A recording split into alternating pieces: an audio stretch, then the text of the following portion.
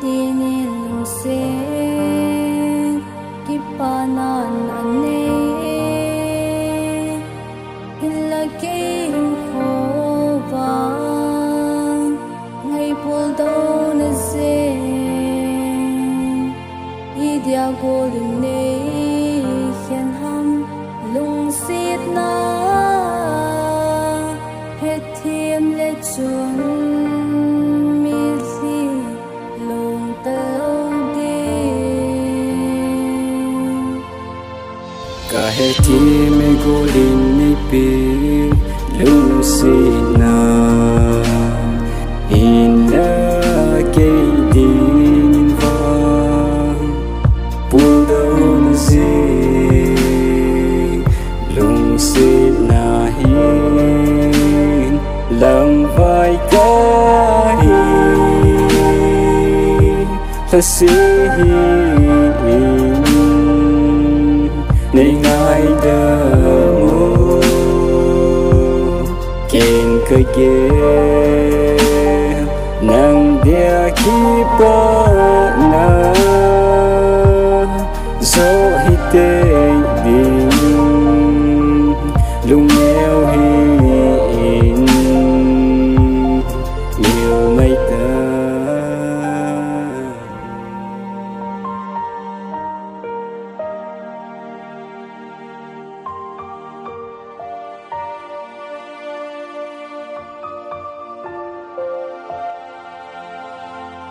lung xin na chinh rong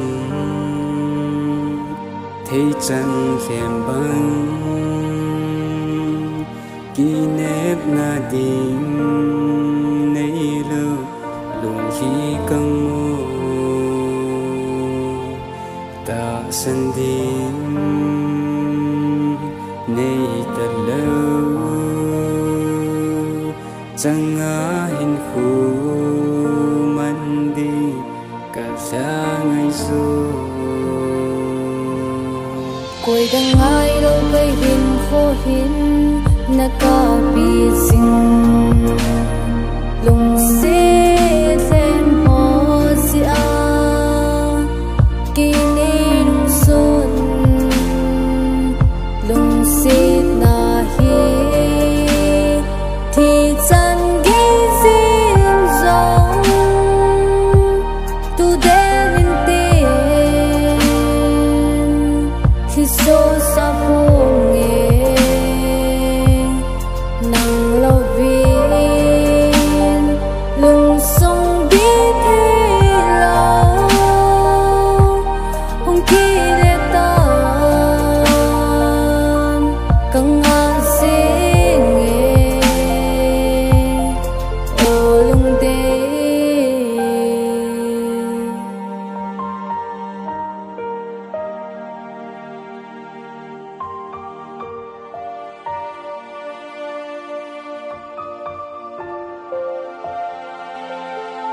cả he thiam me golin ni pi